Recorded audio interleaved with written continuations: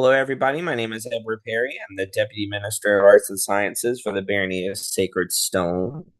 I taught this class last summer university, and I figured once a year is perfectly fine. Um, this is my primer or a guide to those of you who wish to do more research documentation regarding paraphrasing citations and attributions. Um, I'm using this source material that I found on the internet, just a free use disclaimer that none of the quotes that you see are of my own. I used them from other websites, but I attributed them and cited them within the presentation itself.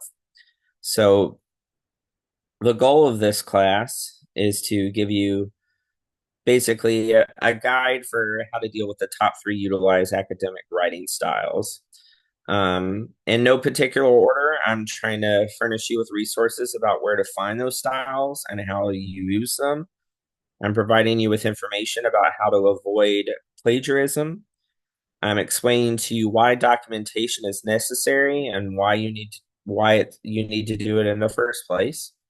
Um, we're expanding upon the terms works cited, bibliography, and references because all three of those things technically mean three different things as far as the writing styles are concerned.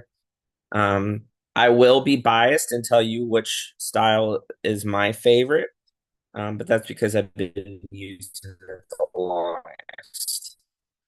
Um, I cannot tell you how to write in a word any paper, but I can certainly give you the ideas for how you go about writing when you're on your own. For those of you who are interested, my background is in English education and public health. I have a master's in education and a master of public health degree. I used to do a lot of research with big hospitals, university systems, and doing grant writing and academic scientific research. Um, for those of you who are interested in the difference between references and citations, if I'm referencing something, that means I'm trying to consult or refer to it. I am referencing the encyclopedia because it has a word in it that I'm not familiar with. I am referencing a journal article because it contains a phrase that I myself am interested in, and I'm going to read it to figure out if it's going to be good enough um, for me to cite in my paper as proof that I know what I'm talking about. Citing means that you're basically directly quoting from the excerpt, such as a book, a journal, a newspaper, or even a person's website, or even what they verbally say during a presentation. You can actually cite YouTube, um, as long as you give the link to where you're getting your source from. Um, as always, I'm providing the references that I'm using within this presentation. If any of you would like to have this PowerPoint presentation, I'd be happy to email it to you. All you have to do is ask. So, bibliography versus works cited versus references. Well, what the heck does that all? So, New Mexico State University, their library system put together this very handy guide of where it's the exact same three sources that they're using from, in this case, Robert Middlecoff's Glorious Cause, the American Revolution, but they're showing you the differences in how they are set up in terms of the three different writing styles. So the works cited that you see at the top, that is the Modern Language Association's version of how they wish things to be referenced to. And you can see in all three cases, I gave you the entry of what it would look like when you use that in at the end of your paper. A reference or a reference list would be attributed with American Psychological Association. There, if you notice, all three of the cited entries, they look exactly alike, only like certain things have been switched about, like the dates that the paper came about. A bibliography um, differs from works cited and reference lists um, because you have to show in your paper everything that you possibly could have looked into, even if you didn't quote it in your own paper.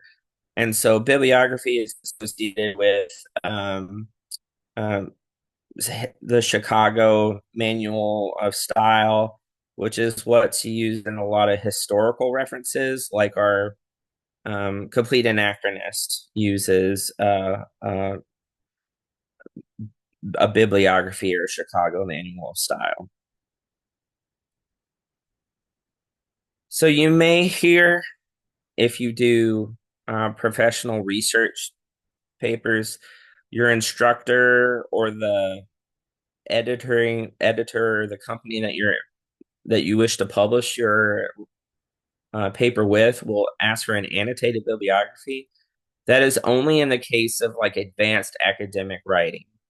As far as I know, the term complete anachronist does not require an annotated bibliography, but if they want to have one, then it might be good to figure out, how you go about doing that. And so there on the left-hand side is an example of an annotated bibliography. Basically, you're putting the top paragraph that you see is the example of how it would be written out. And then the paragraph after that, or two paragraphs after that, is I used this book, article, journal because it mentioned this.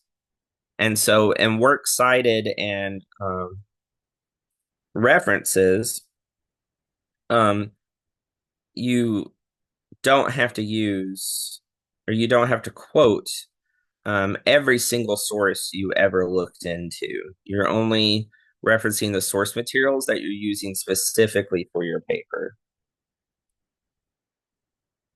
So why are we citing? Why are we attributing? Well, it's to avoid plagiarism.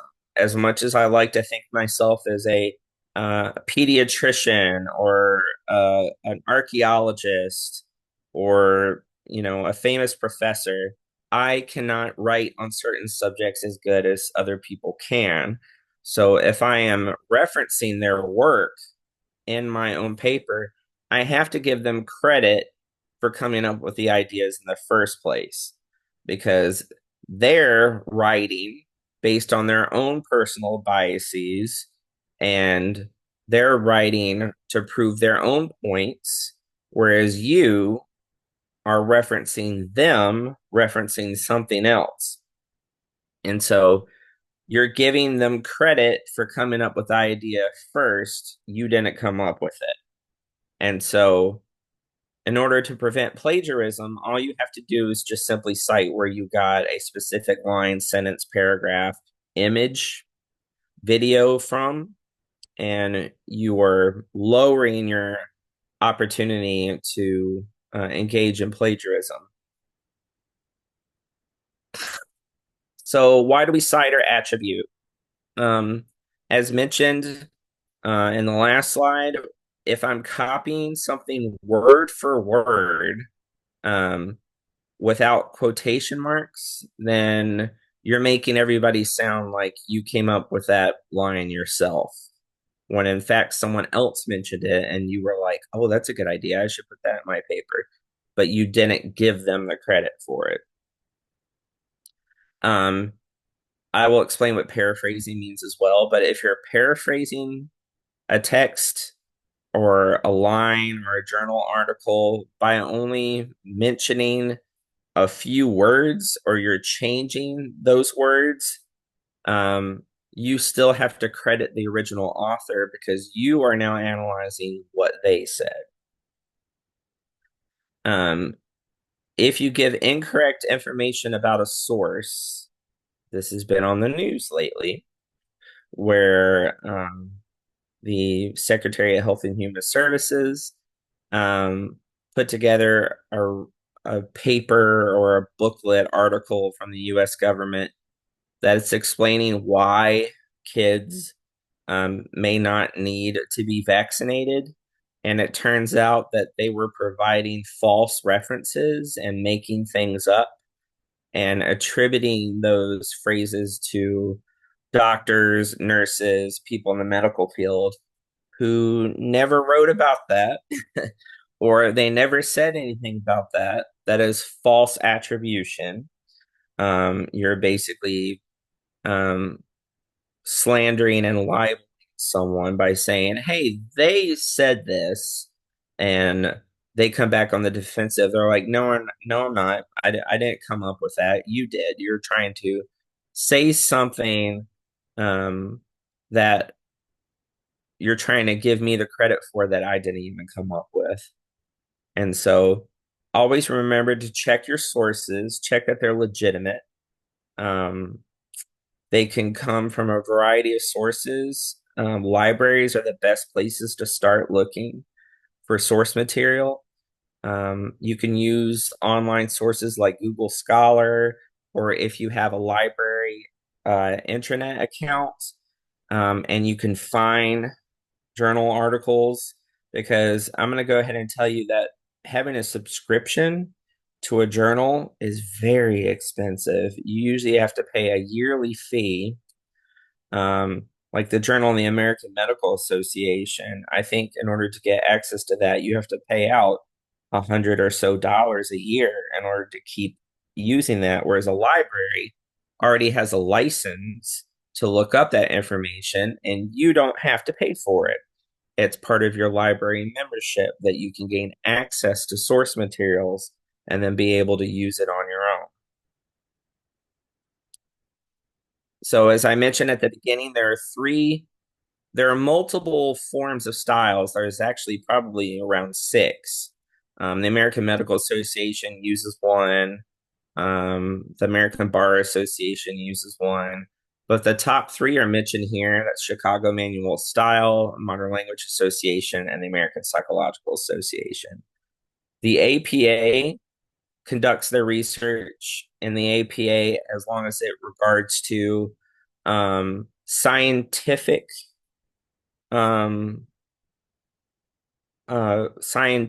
works. So your disciplines are mostly nursing and psychology and business. Um, Sociology uses this as well. Um, there are people in the medical field who use APA as well, but the American Medical Association has come up with their own form of work that is only just slightly different than the APA. The Modern Language Association, most of you had heard about that in high school whenever you were first writing papers for your English class. The MLA is attributed to the humanities and literature. If you're writing a paper and you're an English major like I was, you're using the MLA format. Chicago Manual of Style, I've used that within history classes. It's different than the other two, and I'll explain why here in a second.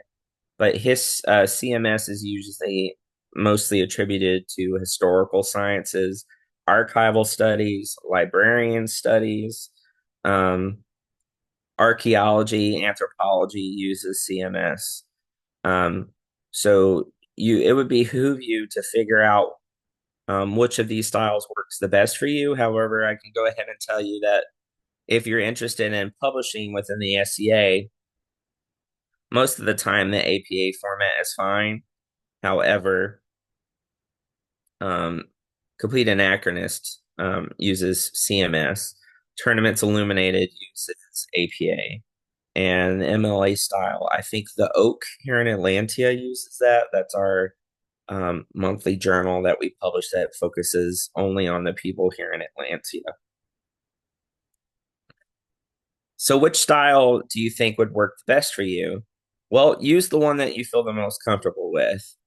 All you have to do, you can literally go to the websites, and I will provide you the links to those, and you could download the online um, edition of these styles, or you can buy the book on Amazon. So you can buy the CMS um, manual of style. I think it's in its 11th edition.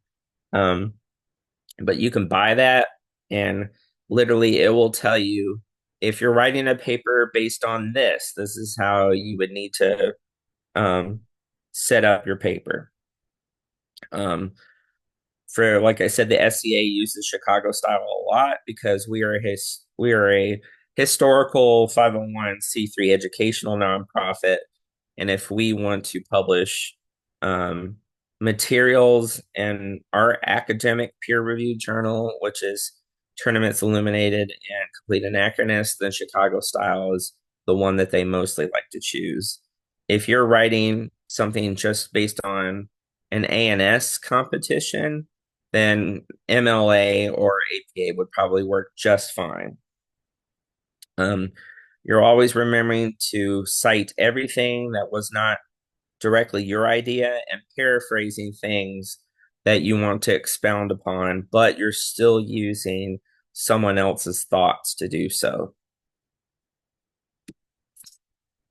So, uh, here's a list of links that allow you to basically put the information that you're finding out there on the internet, and it will go ahead and create a citation for you. I have to tell you that some of these services are subscription based, so you have to pay to use them. Um, However, there are some links out there that you can find that are free of charge, and it will help you pre-populate citations. If you're using online journals, there's usually a link embedded within those journal articles that say click here to cite, and it will create the citation for you based on whatever style you so choose. And so, as mentioned over here on the left, there are differences between the three styles, but if you notice, it's only placements. So like an APA, the year always come the author's name comes first, and then it's a year, and then the title of the thing, and then the actual publishing company that published the works. And as you see, MLA works almost the exact same way, only the date goes towards the end. And in Chicago style, um, the date goes at the end, but the date that the work was possibly published, originally thought of, or published, or written, goes towards the beginning. You can click on these or copy and paste them into their browser, and you'll be taken directly to the online version of these three styles. And it'll give you the option of downloading that version to your computer so you can just have it. Obviously, an online style guide is better because you can control F and then find whatever it is that you're looking for. Like, I want to quote a movie. Well, fantastic. Control F movie, and then you can see exactly how to cite a line from a movie or the movie itself. So, a direct citation is basically copy and paste. You find something you like, you copy and paste it directly into your paper. You didn't change a thing. So here's the example below. I actually came up with these direct citations and paraphrasing for myself. So I just wanted you to see really how easy it is. I copy and pasted directly from the source this citation. Flowers and brunch are lovely for Mother's Day. Yada, yada, yada. I ended the quotation and then immediately put the author's name and the year that she created this work. Um, as opposed to paraphrasing, where I'm not copying exactly what she has to say. Instead, I'm summarizing in my own words what I think she meant. And if you're using paraphrasing, that usually shows a lot of editors and publishers that you know how to analyze content correctly and that you're not copy and pasting everything to your paper because that doesn't show any original thought. It's showing that you know how to look stuff up and then just throw it into your paper without any reasoning or justification for it.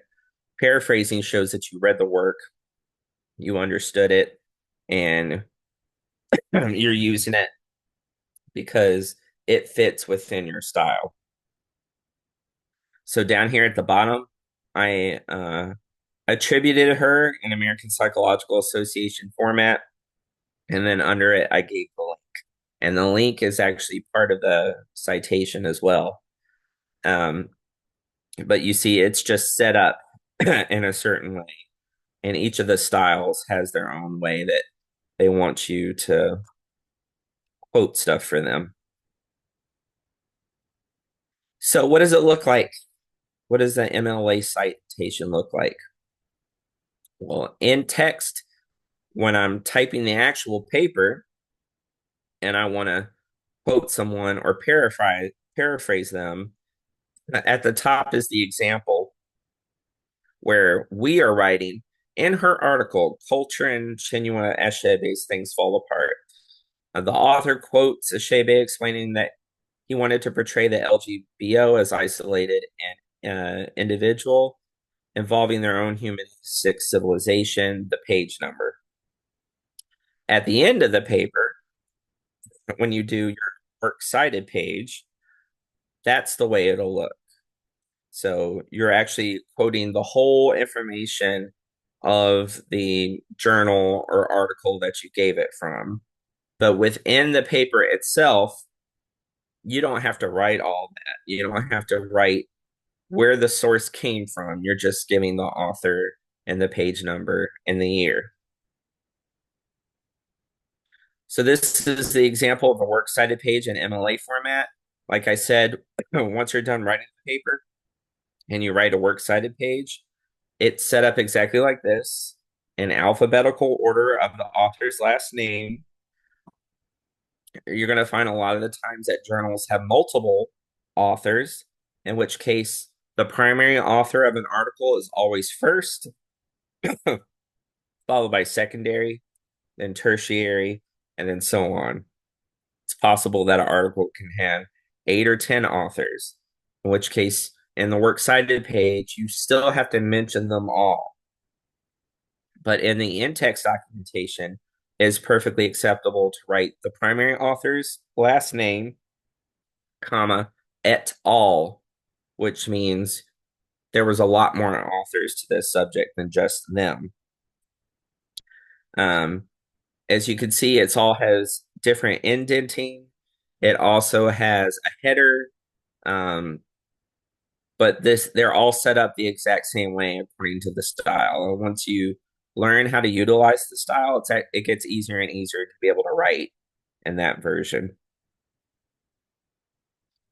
This is the Chicago Manual style, which looks completely different because you are putting the whole entire citation within the paper. However, you're not putting it at the end of a quotation, you're putting a subscript.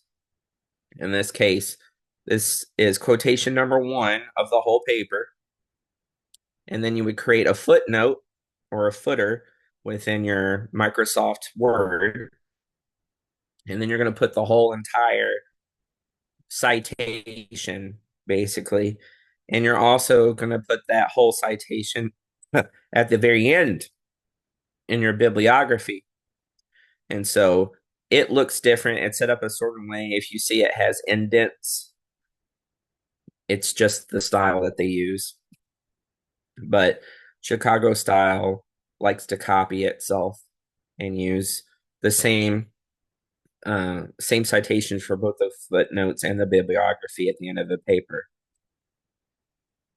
So this is what a Chicago bibliography looks like. If you notice, it's very similar to MLA and also similar to APA, with the exception of in APA and MLA, if you use multiple sources from the exact same author, you still have to mention the full author's name. Where Chicago style is kind of cool because you only have to place a dash. So if you notice here, Michael Foucault not only wrote The Means of Correct Training, he also wrote Panopticism, What is an Author and What is Enlightenment? And so all of those came from the same author, so you don't have to keep mentioning his name. You can put a dash in order to attribute multiple sources to the same author. This is an example of APA format. So this page right here shows in-text documentation. And so that says, I'm quoting his work up here in this paragraph, except if you notice there's no direct quotation, that's a paraphrase. But you still gave the author credit, McDuffie et al., the year of the work and the page that you found that from. And if you notice, at the end, they paraphrased again several times, and they used Berkowitz and Hiltz as their authors that they were quoting directly from. Once you mention an author's name once within a on a page, you no longer have to write that name out. You can just say here at the bottom it says Berkowitz et al. And if you notice the other red square says page 1809, that's because it came from the same author. And you don't have to put Berkowitz et al. 2003. You can just say it came from this page number, and in the next paragraph, you can quote a different page number, but it was all the same author. This is the reference page of an APA formatted paper. If you noticed, instead of the top right hand corner, it doesn't mention the writer's name. It just mentions the page number of your paper. And so instead of it being called bibliography or work cited, it's called references instead. If you notice, they're all indented. The paper is double spaced. Whereas if we go back, you notice it's single spaced in the bibliography and it's single spaced in MLA format. In APA format, you double space the entire paper. It doesn't matter if it's the abstract, which is the very beginning of the paper. That's where you say, this is a shortened summary of what this paper is going to be about. Everything in an APA formatted paper is double spaced. So I realize I'm a little fast, but it's because I'm coughing a lot and I got kind of sick yesterday at university. So if you have any questions, now is the time for me to answer them. Remember, you can always email me at jbryce1982 or at the MLAS email that was listed at the beginning of the paper. For those of you who want to learn more about academic writing, then all I can say is you just really have to learn how to practice. The more you do it, the better you become. And it becomes easier to do this over and over again as you practice it. So does anybody have any questions?